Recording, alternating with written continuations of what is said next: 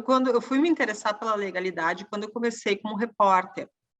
E daí eu me lembro que nos 25 anos da legalidade, saíram algumas reportagens no Correio do Povo, na Zero Hora. Na época eu era repórter de política do Correio do Povo. E eu comecei a ler as duas, tanto que a que tinha saído no Correio, como a que tinha saído na Zero Hora. A do Correio, quem tinha feito era o Davi Coimbra, e da Zero Hora, Marcelo Reck. E ambas maravilhosas, cada uma pegava por um aspecto, mas excelentes, assim. E ali eu comecei a me interessar pela história, né? Mas em nenhuma das duas, e eram grandes reportagens, na época se fazia aquelas séries, né? Um capítulo por dia, e na época nenhum dos dois conseguiu falar com o Brizola. O Brizola era governador, né? E não conseguiram, né? A do Correio do Povo, que é o que o Davi fez, ele conseguiu via fax, ele mandou perguntas e ele respondeu, mas presencialmente não. E aí aquilo me chamou a atenção, né? Né? Ele não fala, né? Ele não fala, tudo bem, né? Mas os anos passaram, né? E ok. Daí, quando chegou em 1999, eu estava em Brasília, fazendo uma cobertura lá, e daí eu já estava como repórter na Zero Hora, daí, e minha chefe, a Rosane de Oliveira, me ligou. Eu estava de Brasília, eu ia retornar já para Porto Alegre, daí ela me disse, não vai para Brasília, não volta para Porto Alegre, vai para o Rio de Janeiro. Porque agora, entre 6 e 6 de setembro, vai fazer 20 anos da volta do Brizola, né, ao Brasil, né, o retorno dele do exílio, e vamos tentar uma entrevista. E eu disse, olha, tá, mas assim, né, no mais, eu tenho que me preparar antes, né. E na mesma hora eu liguei para o ex-prefeito Sereno Chese, que ainda era muito próximo do Brizola, eu tinha um bom contato com ele, e disse, olha, eu quero uma entrevista com o governador Brizola sobre esses 20 anos do retorno dele do exílio. Ele, mas calma aí, minha filha, não sei se vai ser tão fácil, né? Eu disse, mas eu já estou aqui no aeroporto, daí eu comecei, não, eu preciso algo bom, mas, assim, resumindo a história, não deu, acho que 20 minutos, meia hora, ele retornou, tudo ok, pode ir para o Rio que ele vai te receber. Nem eu acreditei, eu já estava, né, que eu vou acabar voltando para Porto Alegre mesmo. E daí fui para o Rio.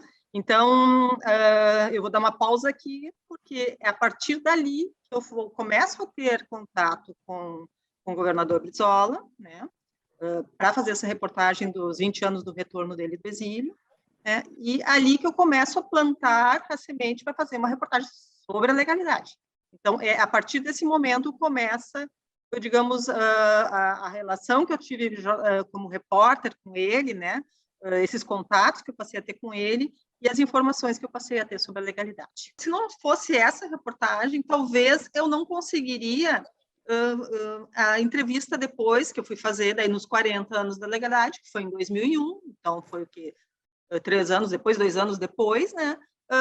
Quando completou os 40 anos, eu fui fazer essa entrevista com ele. Então, assim, por isso que o livro que eu escrevi é da legalidade ao exílio, mas eu comecei pelo exílio, fazendo uma reportagem sobre o exílio, e depois eu fiz dos 40 anos da legalidade. E daí tem alguns detalhes, assim, porque quando eu cheguei lá no Rio para entrevista, né, e ele já queria botar o assessor dele, o Eduardo, né, para buscar no aeroporto. Eu disse, não precisa, eu pego um táxi e vou. Não, mas tu tem que cuidar, que é muito perigoso. Eu disse, não precisa. Aí tu começa a ver o outro lado, né, de paizão, preocupado, né. Não precisa, eu pego um táxi e daí sempre tinha essa preocupação. Depois, nas outras entrevistas que eu fiz com ele, lá em Montevidéu, outra que eu fiz no Rio de novo, ele sempre tinha essa a preocupação. Mas onde é que tu vai ficar, né? Como é que tu vai vir aqui? Bom, cheguei lá e a gente fiz uma entrevista de 4 horas, né? Sentado numa mesinha, numa escrivaninha que ele tinha, ele sempre olhando para o mar de Copacabana, né? E se emocionou, né? Contando a passagem dele no exílio. E daí, depois que terminamos a entrevista, ele era setembro, 1º de setembro, e dia 6 de setembro completaria, então, os 20 anos do retorno dele, né? Do exílio. E daí ele começou a me mostrar, a gente tinha o apartamento dele em Copacabana, tinha 3 janelões para o mar, né? E daí a gente parado num dos janelões, né? Ele disse, aqui vai ser o Réveillon do milênio, né?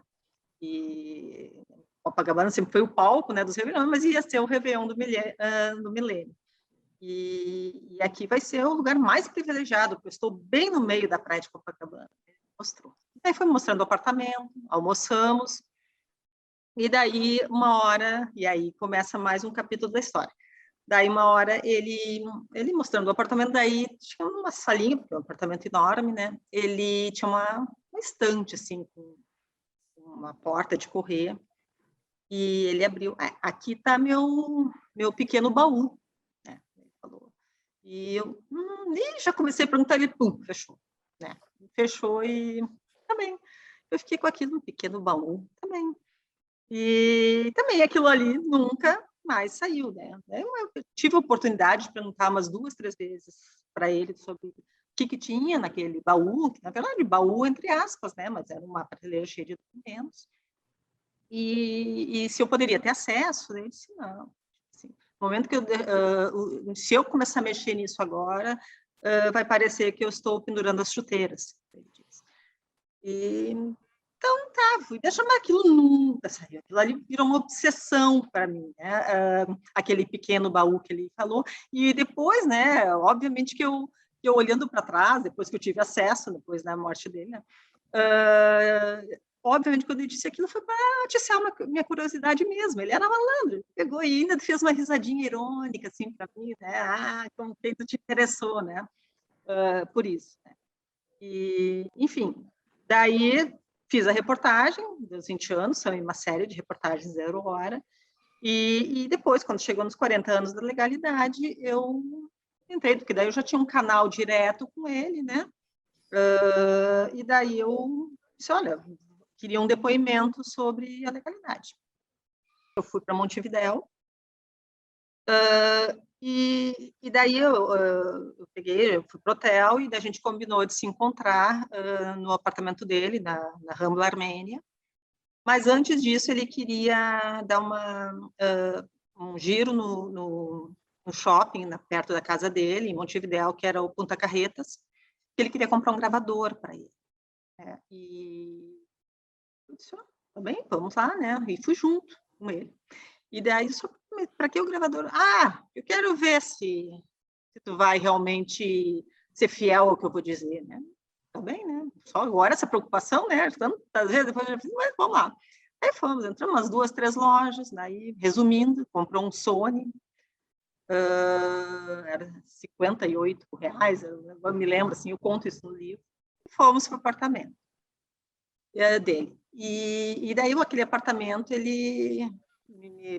eu fiquei um pouco impactada, porque aquele apartamento era escuro, móveis antigos, ou seja, era um local de passagem. Ele parava lá para ir para a fazenda em Durazno, né?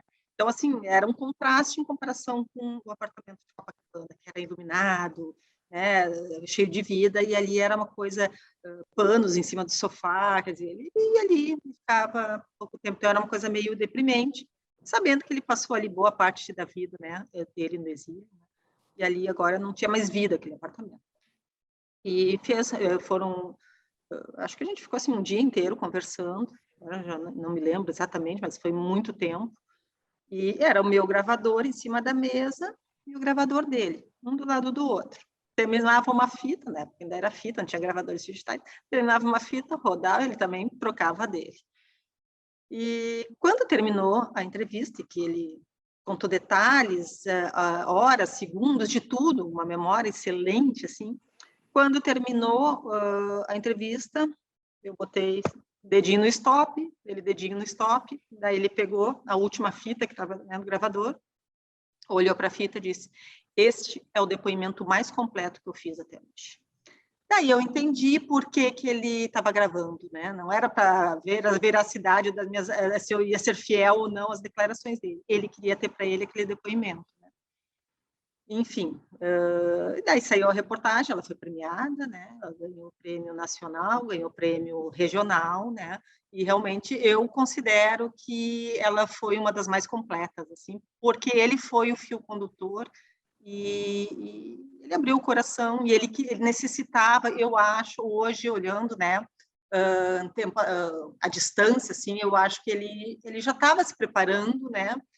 Ele sabia que naquela altura da vida ele tinha que deixar um depoimento registrado.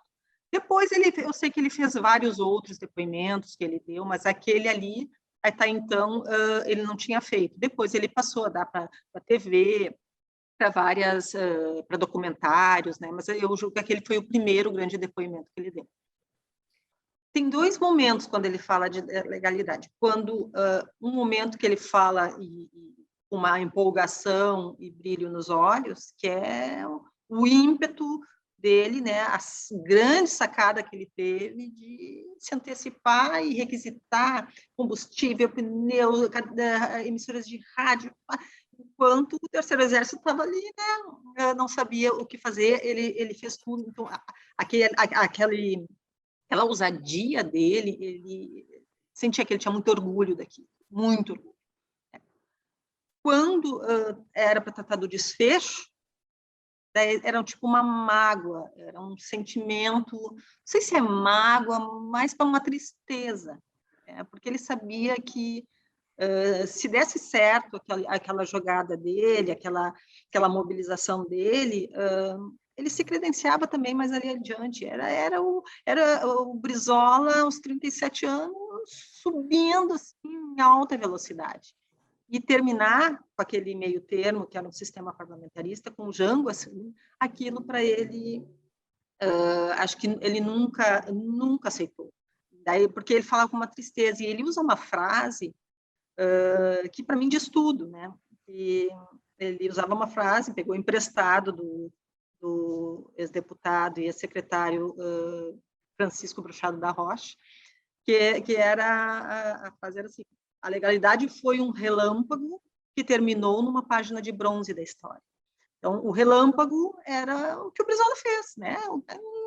Sim, poucas horas fez tudo, armou tudo e mobilizou todo mundo. Por quê? Porque ele teve visão, ele sabia que se requisitava a emissora de rádio, ele ia pegar, nem confiscava mesmo, né? Ele ia conseguir mobilizar todo o interior, ele sabia que se requisitasse todo o combustível, todos os pneus, ia imobilizar o exército. Então, ele teve uma visão empresarial, e isso foi realmente um relâmpago. E a página de bronze, porque terminou com o parlamentarismo. Né? Seria uma página de ouro se o Jango chegasse como presidente, né? E com plenos poderes. Então, ele tinha, assim, essa tristeza, porque foi o grande momento dele, né? E, bom, depois ele tentou, já como deputado federal pelo Rio de Janeiro, ele tentou toda a campanha para derrubar o parlamentarismo, né? Mas aí o golpe já estava se formando, né? Não tinha, os militares já estavam mais articulados, né? Já estavam preparados e ele foi para um confronto e virou realmente o inimigo número 1, né?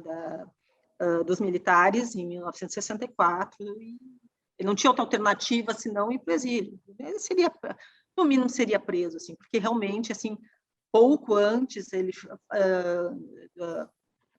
de 31 de março, ele fez discursos muito fortes contra o general Muricy, chamou ele de gorila, golpista, com o Arthur da Costa e Silva, que depois viria a ser o segundo presidente da ditadura, né? E, ele chamou de golpista filha da puta. Então, sim, isso aí, e tudo em discurso, em entrevistas e no plenário da Câmara. Então, isso aí foi deixando a situação dele muito, muito, muito crítica. Ele não tinha o que fazer aqui no Brasil mesmo. Porque quando ele retornou, o país era outro já. Né? Se antes a oposição estava toda concentrada no PTB, depois ela foi uma parte foi para o exílio, outra parte se abrigou no MDB, né? Quando ele retornou, né, todo mundo foi para o PDT dele, né? Ninguém, não, foram os mais fiéis. O resto ou ficou então daí no PMDB ou uma nova, assim, o PT que surgiu, né? Ou se resgatou os partidos de antes, de esquerda, PCdoB, PCB, PSB, ou seja, daí se pulverizou, né? E aí já tinha o Lula surgindo, já tinha o Fernando Henrique surgindo, outras lideranças. Se ele tivesse, é a grande dúvida, se ele tivesse ido para o segundo turno com Collor, ele seria eleito, eu não sei dizer, mas também ali, mas ali também o tombo foi grande para ele, né? Ele perder para o Lula no primeiro turno foi um tombo muito grande, porque ele tinha convicção de que se ele fosse, ele venceria o Collor, né? A gente não sabe se venceria, mas teria chance, com certeza, né? Então, e a partir dali, depois, então, de 89, daí mesmo, não tinha mais. Eu falando depois da morte do Brizola, eu passei a conversar muito, porque daí eu quis ter acesso daí ao baú dele, né, que na verdade era um acervo imenso dele, né, e eu fui, é bom até destacar, eu fui a primeira e única jornalista até hoje que teve acesso a esse acervo dele, né, foi graças ao João Otávio. Mas, posteriormente a isso, de eu ter feito o Baú do Brizola, a reportagem Baú do Brizola, eu fiz, acho que uns 8 anos atrás, uns 2, 3 anos antes do João Otávio morrer, eu fiz uma entrevista com ele, porque ele estava preparando um livro, ele chegou a lançar um livro, né, de memórias, o João Otávio. E eu fiz uma entrevista para ver o que ele contava o que ele ia contar no livro, coisa e tal, porque eu também estabeleci esse vínculo com o João Otávio, né, que quem fez a ponte foi a Juliana Brizola, né, fez a ponte com o João Otávio para eu poder ter acesso ao baú. E daí eu passei a falar mais com frequência com o João Otávio, e daí ele me deu uma entrevista muito forte, sobre como é que era a relação, né, dele com o pai, como é que era a relação familiar e como é que foi no exílio. E aí o João Otávio confirmou uma suspeita que eu tinha, né? Assim, o exílio foi um banho de água fria na vida. O exílio ajudou a desestruturar a família, e não tem como, qualquer família seria assim, se tu é obrigada de uma hora para outra a fugir do teu país, é complicado, né? Então, assim, ajudou a desestruturar o ambiente familiar. O Brizola, pensando principalmente no início, o João Otávio contava que no início ele só queria conspirar, ele só pensava em voltar para o Brasil, só pensava, então ele não dormia só pensando em como voltar para o Brasil. Ele só foi começar a se aquietar, e também porque a idade vai chegando e tu vai tendo outra visão, tu vai amadurecendo em algumas coisas, né? A experiência te mostra isso, né? Mais para o final do exílio, né? Daí, quando ele começou já sabia que não era uma coisa tão simples, né? Ele não ia conseguir voltar e armar uma guerrilha no Brasil, não, que não era mais assim, né? As coisas já estavam se acomodando, né? No Brasil, uma ditadura consolidada. E daí então, assim, o que o João Otávio diz isso aí, digamos que parece que a vida do Brizola congelou ali, por mais que ele tenha articulado e feito contatos, coisa meio que congelou a vida dele. E que teve muitos efeitos, não só politicamente, como até particularmente, né? Então, assim um período que eu nunca vi ele falar nas várias entrevistas, assim, de falar de alguma coisa boa que dê brilho nos olhos nesse período do exílio. Ele cuidava de tudo, né? A sensação que dá no Uruguai era só ele que cuidava, embora tivesse um caseiro, uma senhora que limpava a casa também. Ele se preocupava com as coisas domésticas. Quem olha o político, o Brizola, não consegue imaginar uma coisa dessas, né? E não, ele sentia que ele tinha. E outra coisa, ele deixava tudo intacto.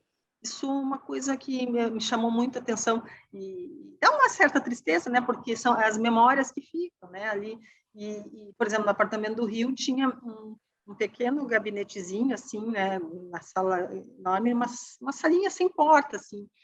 E ele mostrou, aqui a Neuza trabalhava, ele falou. Daí eu cheguei assim, tá como ela deixou.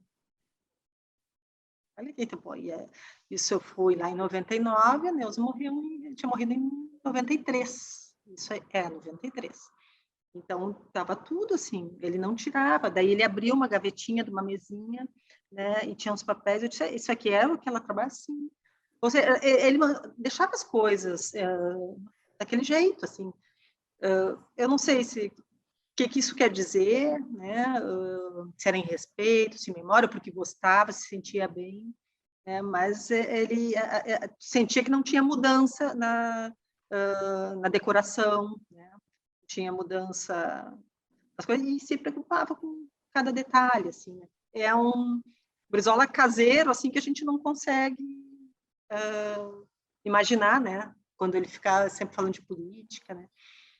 E é interessante isso. E também, quando eu tive acesso aos arquivos dele, o João Otávio concedeu acesso tanto no Rio, né, quanto, porque ele também tinha acervo em Montevidéu. Mas quando eu fui para lá, eu não sabia disso. Eu não conhecia todas as peças, né, mas era bem menos do que tinha no Rio. No Rio, ele tinha 2, 3 peças com caixas, assim, de plástico enormes, cheias de documento. Né? Acho que se eu olhei 15% do que ele tinha, era muito, e eu fiquei 2, 3 dias olhando. E daí vi que ele guardava tudo, porque ele tinha, ele imaginava, acho que um dia, contar a história dele. Porque assim, ele guardava ticket de passagem de avião, né? As passagens lá da Varig, né? Ele guardava aquilo. Papel de bombom, eu achei. Estou falando das coisas mais bobas, né? Porque tinha documentos valiosíssimos lá, né? Mas por que ele guardava aquilo? Né? Porque acho que ele guardava porque eram momentos da vida dele e que ele imaginava um dia contar. Aquele papel de bombom, algum significado tinha. Né? E as passagens que ele guardava não tinha mais sentido, né? Acho que era para lembrar alguns roteiros que ele fazia. Estou eu aqui imaginando, né? Na época eu cheguei a perguntar para o João Otávio, ele disse, acho que sim, meu pai guardava tudo para não esquecer nada. Então, e não deu tempo, né, para ele elaborar essas memórias, né? Quem guarda aquilo é porque quer depois contar suas memórias. E daí, é engraçado que nesse acervo dele, eu cheguei e encontrei daí uma caixa de papelão antiga, cheio de cartas, um monte de cartas. Eu disse, olha só que antigas essas cartas. Daí o João Otávio estava numa outra peça, eu lá, né, pesquisando. Ele deixou, vai, toca a ficha. E foi fazer as coisas dele. Eu disse, olha só. Eu cheguei, olha aqui, João, isso aqui. Dá isso aqui. O João Otávio pegou. Eu estava procurando muito essas cartas. Meu pai sempre falava que tinha essas cartas dele quando veio de Carazinho para Porto Alegre. Ele se comunicava com a minha avó, ele falou. E ali ele contava as experiências dele quando chegou na capital. E eu queria muito. Isso aqui tu vai dar para mim. Assim, puxa, mas eu posso ter acesso a uma, né? Não, isso aqui vai ser para meu livro de memórias, o João falou. E eu deixo tu pegar uma ou 2 cartas, tá? E daí eu para ler, coisa, e eu peguei uma delas, ele relatava a experiência dele em ter experimentado creme dental, que ele não conhecia. Né? Ele relatava para a mãe, né, essa experiência. Então, era uma coisa muito afetiva, né? Não tinha nada a ver com o Brizola político, né? Era o Brizola chegando para ganhar a vida em Porto Alegre, né? Um guri jovem. Então, assim, é difícil, né? Só fica fazendo entrevistas com ele e não conhecendo esse outro lado, imagina que esse lado dele, assim, preocupado, muito preocupado, paternal, com interesse de guardar as memórias da vida dele. Assim. Tem muita coisa, assim, eu não consegui ver tudo, mas tinha coisas, caixas, que estavam identificadas com o que tinha dentro. Então, por exemplo, muita coisa administrativa dos governos do Rio, por exemplo. Daqui, do governo do Rio Grande do Sul. Quase nada, praticamente nada. Por quê? Porque ele saiu, entendeu? E depois as coisas apareceram, sumiram. Então, daqui ele não tem registro, né? Agora, de lá, tinha muita coisa que não tinha, para mim não tinha interesse em coisas administrativas, né? Mas, assim, então, as partes que estavam identificadas nas caixas, né? Que eram caixas enormes, azuis, essas aí, bom, tá, passa, né? Mas aí, quando chegava lá, puxa, arquivos secretos, né? Sobre a investigação da Polícia Federal sobre a vida dele, opa, né? Daí eu interessava. Enfim, relatórios que ele fez. E quando isso que é interessante, quando eu fiz essa pesquisa no Rio, né? O que eu encontrei lá numa das caixas? As fitas que ele gravou com a minha entrevista na Legalidade. Fazia todo sentido, né? Quando ele disse, foi o depoimento mais completo. Por quê? Porque ele queria para as memórias dele, e estavam lá. Né? Eu ainda mostrei para o João, olha aqui, ó, isso aqui ele fez comigo, eu tenho gravadinho e ele também gravadinho. Daí eu contei esse episódio até pro João, né? Que ele botou um gravador do lado do meu, ainda fez eu ir junto para comprar o gravador.